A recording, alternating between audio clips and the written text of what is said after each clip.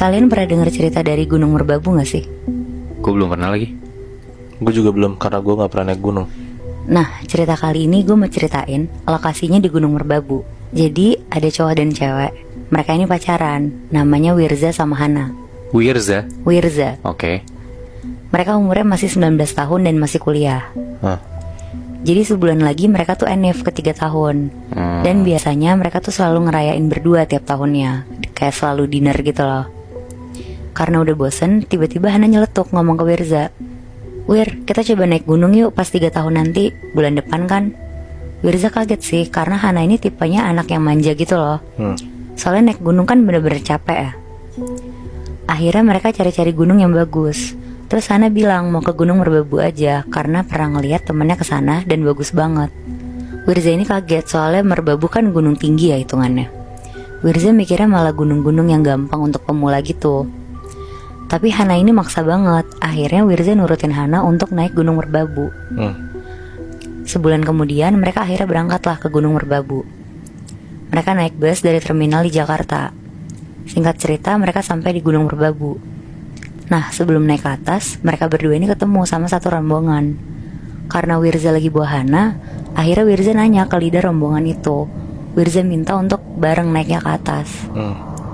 Akhirnya dibolehin lah sama leadernya ini, dan mereka jadi ikut satu rombongan gitu. Pas udah mulai trekking, Hana seneng banget karena dia ngerasa ini pengalaman pertamanya dia.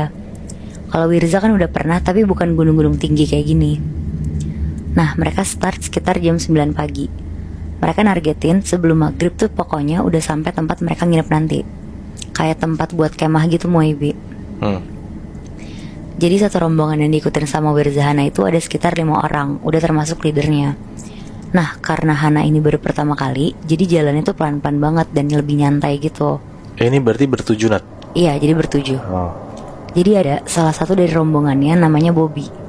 Dari awal Wirza sama Hana ikutan rombongan, Bobby tuh paling gak suka banget.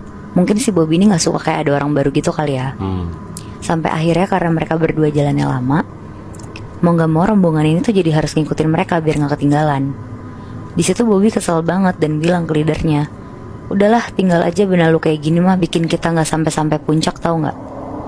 Tapi leadernya, Mas Bari namanya, tetap mau nungguin Wirza sama Hana. Karena Bobby ngomongnya agak keras, jadi Wirza tuh denger. Akhirnya Wirza ngomong ke Mas Bari, "Mas, tinggal aja kita berdua, bisa kok pelan-pelan aja ngikutin treknya." Tapi Mas Bari kekeh, maunya bareng aja sampai puncak nanti. Akhirnya mereka tetaplah bareng sama rombongan ini. Pas lagi jalan ngedaki, tiba-tiba ada monyet dari atas pohon ngeliatin mereka semua. Terus kayak teriak-teriak gitu, monyetnya berisik. Akhirnya mereka jalan cepat. Hana takut banget di situ soalnya monyetnya kayak agresif gitu kan. Tapi tiba-tiba Hana dengar kayak ada suara. Terus dia nyolek Wirza, dia bilang, "Kamu denger gak?" Ternyata Wirza juga dengar suara itu. Pas mereka berdua lihat kanan kiri, gak ada apa-apa. Tapi suaranya tuh makin lama makin dekat. Pas Wirza nyari sumber suaranya, ternyata ada ular gede banget di sebelah kanan mereka. Kaburlah mereka semua serombongan lari. Wirza tuh di situ ngerasa kayak, kok aneh banget ya dari tadi binatang-binatang terus. Tapi dia gak terlalu mikirin lah, karena kan gak boleh mikir macam-macam juga ya kalau di gunung. Sampai akhirnya udah jam 5 sore, tapi mereka tuh sebenarnya masih jauh banget dari tempat nginep mereka. Terus lagi-lagi Bobby ini ngedumel karena target sampai sana harusnya sebelum maghrib kan. Nah, pas udah gelap, di sini Hana sebenarnya takut karena satu-satunya penerangan cuma dari senter mereka kan. Di situ mulai kejadian yang lebih aneh-aneh lagi. Kayak senternya tuh mati nyala, banyak suara orang, padahal cuma mereka doang tuh segerombolan. Sampai tiba-tiba Wirza sama Hana itu dengar suara laki-laki agak berat ngomong, "Sini." Tapi kan katanya kalau di gunung gak boleh ya bahas yang hal-hal mistis kayak gitu. Jadi mereka diem aja dan gak mau mikirin itu. Sampai akhirnya udah jam 8 malam, mereka sampai nih ke tempat nginepnya. Di situ kondisi badan udah capek banget kan. Dan leadernya tuh ngasih tahu, besok pagi kita ke atas jam 5 pagi ya berangkatnya. Barang-barang ditaruh aja di tenda. Nah udah tuh, terus mereka semua bikin tenda dan lain-lain. Tendanya Wirza sama Hana tuh berdua. Terus Wirza mulai tiduran. Pas dia naruh badan untuk tiduran, Wirza nih ngeliat kayak ada bayangan orang berdiri di luar. Terus tiba-tiba ada suara burung. Sebenarnya Wirza tuh di situ bukannya takut, malah kesel. Karena biasanya kan dia kalau naik gunung tuh nggak pernah kayak banyak ketemu binatang gitu kan. Bahkan sampai udah mau tidur aja tuh sekarang masih diganggu sama suara-suara gitu loh.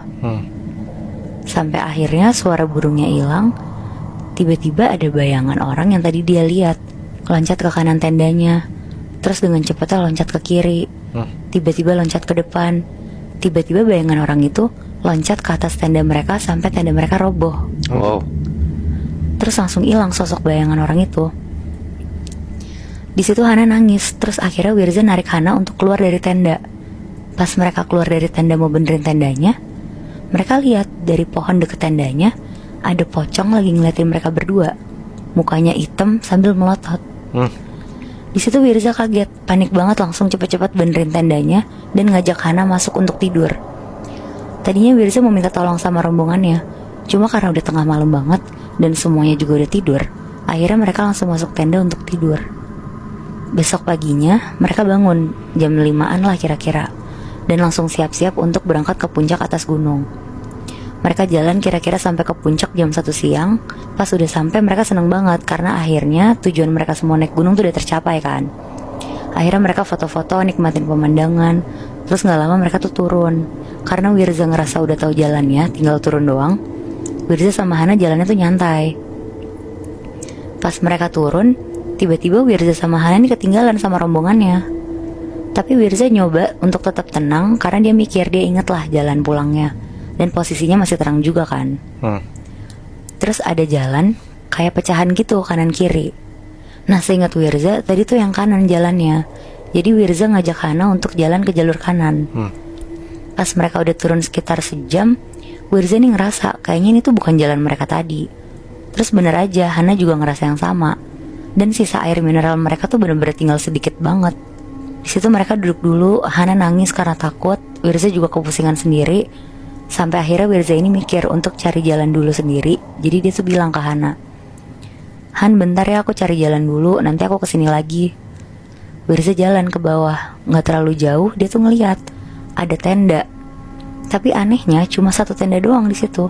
Dan posisinya juga aneh gitu, kayak kanannya tuh jurang.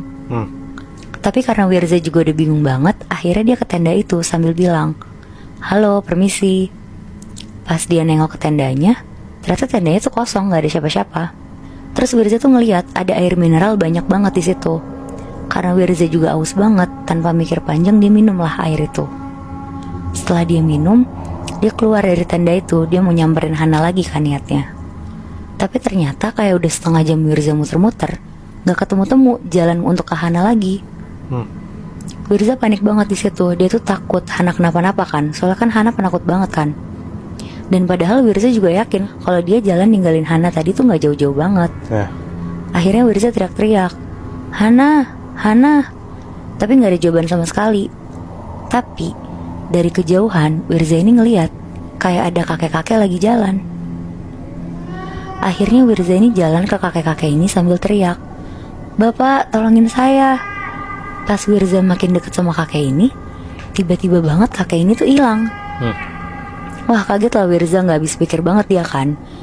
Dan pas Wirza lagi ketakutan, dia nengok ke belakang kan. Pas dia nengok ke belakang, dia lihat jelas banget tenda tempat tadi Wirza ambil minum ditutupin sama 3 pocong yang mukanya hitam. Oh shit. Di situ Wirza lari sejauh mungkin. Dan pas dia lari kenceng banget, dia nabrak orang. Orangnya ini tuh ternyata Mas Bari, leader rombongan mereka tadi. Mas Bari ngomong ke Wirza, "Kemana aja sih? Itu Hana udah di tenda loh." Di situ Wirza ceritain apa yang dia lihat tadi. Dan ternyata kata Mas Bari, jalur kanan yang diambil Wirza tadi tuh portal gaib yang seharusnya gak dilewatin sama pendaki-pendaki. Anjir. Biasanya tuh jalanannya ditutup gitu. Tapi Mas Bari juga bingung kenapa bisa kebuka dan dilewatin mereka. Wirza juga cerita kalau sebenarnya dari awal udah ngeliat pocong. Dan kata Mas Bari, kayaknya sosok yang sering dilihat Wirza itu sengaja narik mereka untuk ke portal gaib itu. Setelah dari situ, akhirnya mereka serombongan tuh turun. Dan Mas Bari mutusin untuk jalan bareng sama Wirza dan Hana sampai ke bawah. Untungnya, Wirza sama Hana tuh gak digangguin apa-apa lagi sampai bawah. Wow. Mungkin apesnya si Wirza sama Hana aja kali ya, dipanggil sama pocong itu buat masuk ke portal alam gaibnya itu. Iya sih kayaknya apes juga. Soalnya kan mereka nggak ada kayak ngomong kotor gitu juga kan. Iya,